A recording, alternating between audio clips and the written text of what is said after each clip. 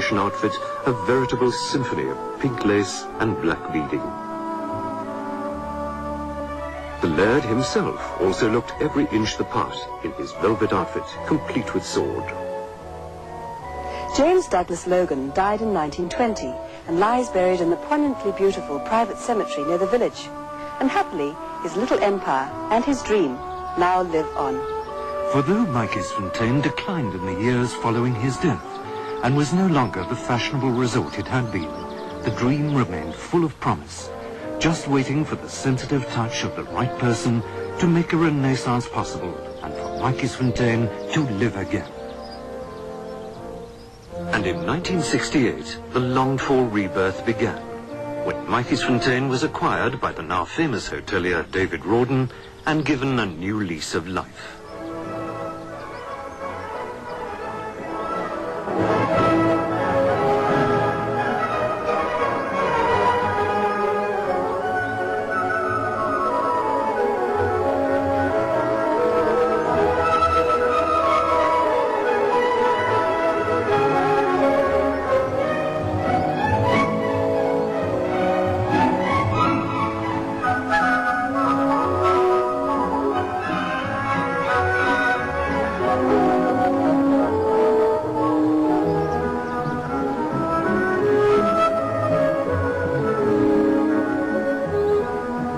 The new Laird of Matjiesfontein set about breathing new life into the village, and in 1970 the Hotel Milner, renamed the Lord Milner, opened its doors.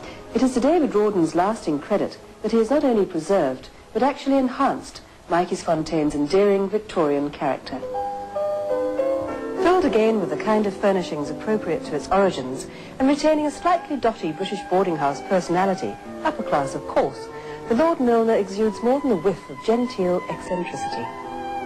The Victorians were sentimentalists, plaster casts of the hands of loved ones, idealized porcelain femininity.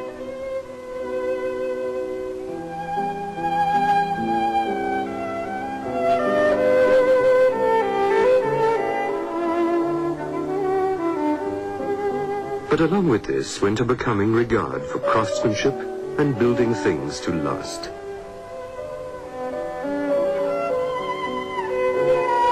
A marble bust of Crown Prince Frederick of Prussia adjoins one of his wife, the Princess.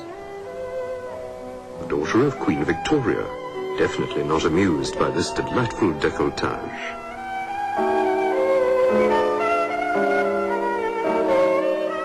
David Rawdon's discerning sense of style has refurnished the hotel with a selection of Victoriana, which is absolutely right for the old year, which creates a delightful sense of graciousness, not least in these wonderful rooms.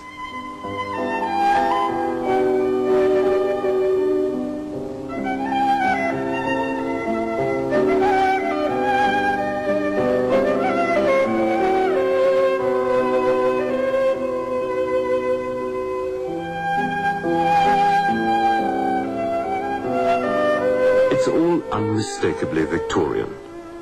The Queen commemorated in Staffordshire pottery, in portraits with her children.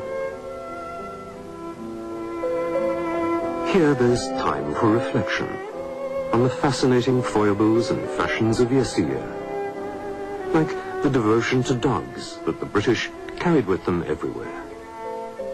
Matjiesfontein enshrines that sweetness, that innocence, calling down the corridors of time.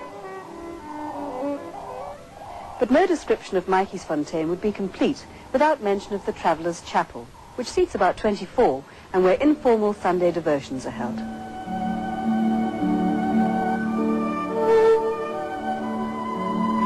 There are always freshly picked flowers in the chapel, and a tranquility, a repose that is rare.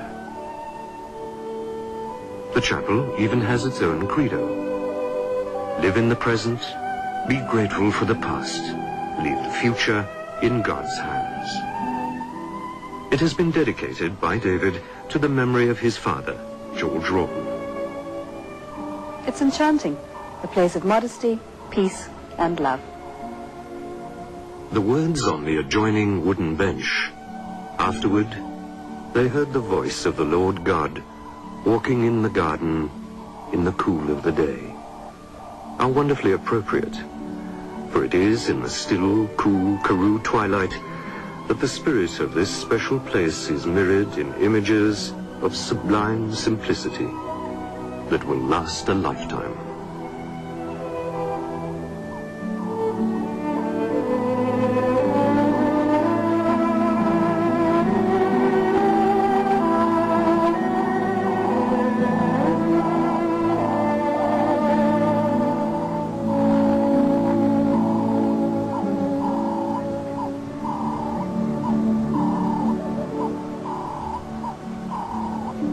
Difficult in the end to sum up Matjiesfontein's magical, multifaceted appeal. Perhaps it's because this Victorian village is unique, and David Rawdon has kept the dream of James Logan alive and well. Sedert die 70er jare is die dorp weer 'n unieke oord.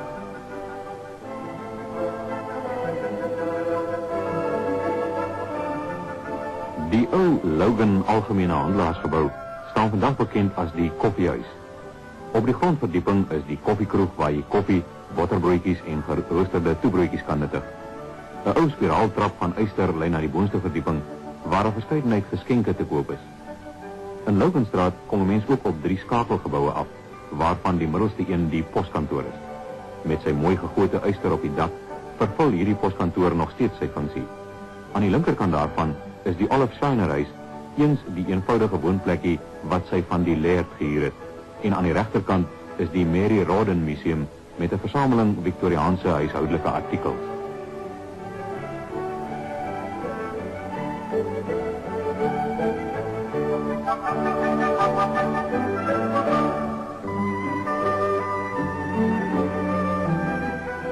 Die hoofgebou op die dorp is die spoggerige Lord Milner, die toppunt van sfeer en gemak met uitstekende spysenering.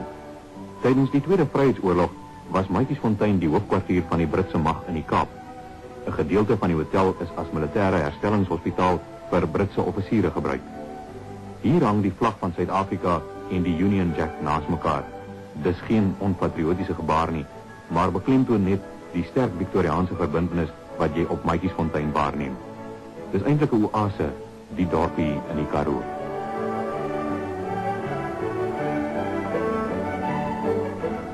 In die rigting van die Monumentrivier is die ou hofgebou wat in 1895 gebou is.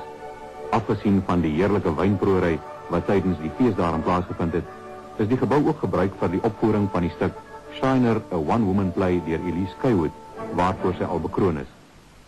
Olive Shiner was een van die gereelde besoekers aan Matjiesfontein en so ook heelwat ander hooggeplaastes en lede van die aristokrasie. Lord Randolph Churchill, die hertog van Hamilton, die sultan van Zanzibar, Cecil John Rhodes en vele ander was Jimmy Logan se gaste. Volgens die Victoriaanse tradisie is die gaste getrakteer op tee en botterbroodjies, 'n gewoonte wat vandag nog voortgesit word. Matjiesfontein se lamppale is nie sommer toevallig daar nie. Hulle is spesiaal uit Engeland ingevoer. Matjiesfontein was een van die eerste dorpe in Suid-Afrika met elektrisiteit. Dis 'n lang en stowwerige pad deur die Karoo verby Matjiesfontein en 'n mens sal nie graag sommer so 'n oog wil misry nie. Veral nie as daar soveel vrolikheid binne is nie. 'n Tipiese, warm en gemoedelike Victoriaanse plattelandse kroeg.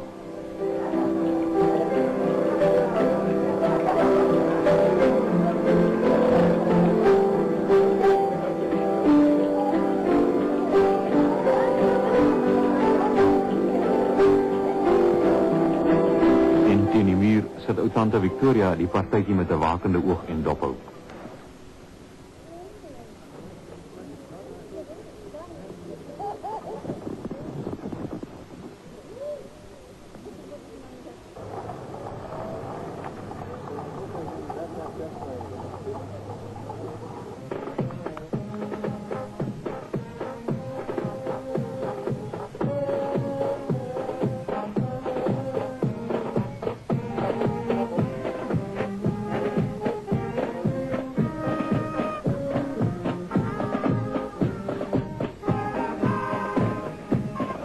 Die hoogtepunt van die eeufees was 'n optog deur die strate van Matjiesfontein deur die Linksburgse berede kommando.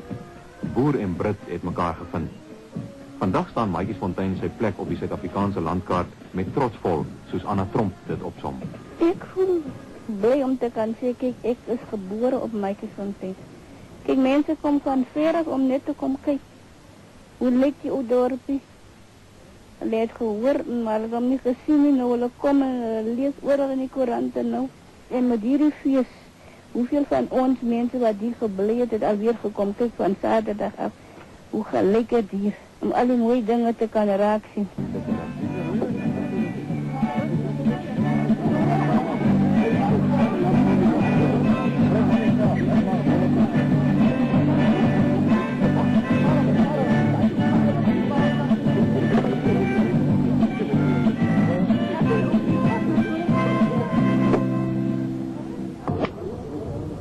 Ons weermag het ook sy bande met Matjiesfontein kom hernie.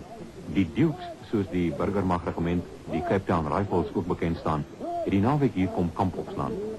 Hulle het 'n lang verbintenis met Matjiesfontein en was laas hier in 1900 toe hulle 'n ontsaglike perdevoorsieningskamp in die buitewyke van Matjiesfontein betrek het.